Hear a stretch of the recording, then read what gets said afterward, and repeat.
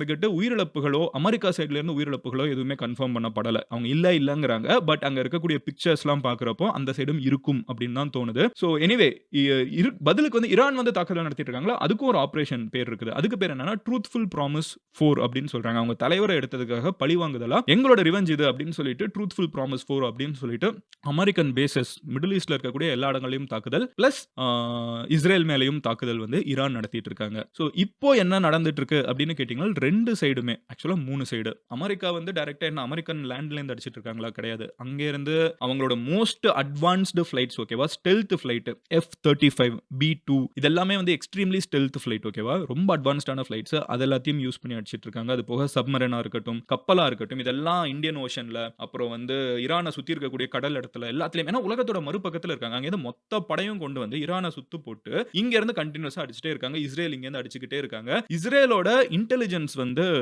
ஒரு விஷயம் பண்ணியிருக்காங்க. ஈரானோட தலைவர் இவங்க இருக்காங்கல்ல, காமினே இருக்காங்கல்ல, அவங்க இறந்தத ஆக்சுவலா உலகத்துக்கு முதல்ல சொன்னது இஸ்ரேலோட பிரசிடென்ட். அவர் என்ன சொல்றாரு அப்படின்னு பார்த்தீங்கன்னா, நெத்தன்யாஹூ அவர் என்ன சொல்றாருன்னு பார்த்தீங்கன்னா, எங்களுக்கு இன்ஃபர்மேஷன் வந்துருச்சுங்கிறாங்க. இது ஆக்சுவலா ஈரானே வந்து கன்ஃபார்ம் பண்றதுக்கு முன்னாடி இஸ்ரேல் கன்ஃபார்ம் பண்றாங்க. இது வந்து கிரவுண்ட் லெவல் தாக்குதலான்னு கேட்டீங்கன்னா கிடையாது.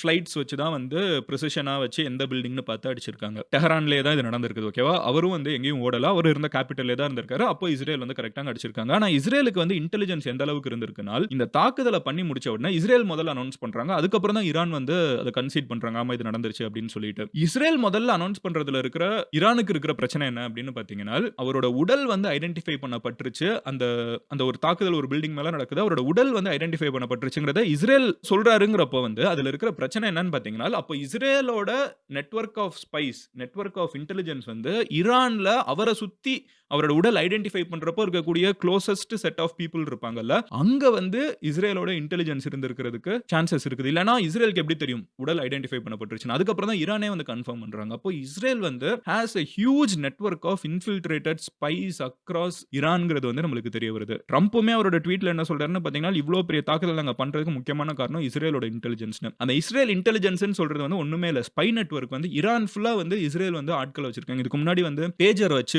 ஒரு தாக்குதல் நடத்துனாங்க. அதுலயுமே வந்து எங்க எப்போ யார் யார் இருக்காங்கங்கிற டேட்டா வரைக்கும் எடுத்திருந்ததா இருக்கட்டும், ஒரு ஸ்பை நெட்வொர்க்கா இருக்கட்டும், அப்புறம் வந்து இந்த மாதிரி டெக்னாலஜிய யூஸ் பண்ணி எங்க யார் இருக்காங்கன்னு ஐடென்டிஃபை பண்றதா இருக்கட்டும். இதெல்லாமே வந்து இஸ்ரேலோட இன்டெலிஜென்ஸ வச்சுக்கிட்டு யுஎஸோட ரா பவர் அவங்க கிட்ட இருக்கிற மிகப்பெரிய ஆயுதங்கள வச்சுக்கிட்டு ஈரான் மேல தாக்குதல் நடந்துட்டே இருக்குது. இதுல இருக்கிறதுலயே சோகமான விஷயம் என்னன்னு பார்த்தீங்கன்னா, குழந்தைங்க ஒரு ஸ்கூல் மேல தாக்குதல் நடந்திருக்குது. 100 பேர் கிட்ட இறந்து போயிருக்காங்க. சோ இதுவும் வந்து ஒரு சோகமான விஷயம் தான். Whatever said and done middle ஈஸ்ட்ல இப்போ மொத்தமா வந்து ஒரு பதட்டத்துக்குரிய சிச்சுவேஷன் இருக்கிறதுக்கான காரணம் உங்களுக்கு இப்போ புரிஞ்சிருக்கும்னு நினைக்கிறேன். சுத்தி இருக்கிற துபாய் மேலயோ, ஆர் அபுதாபி மேலயோ, கத்தார்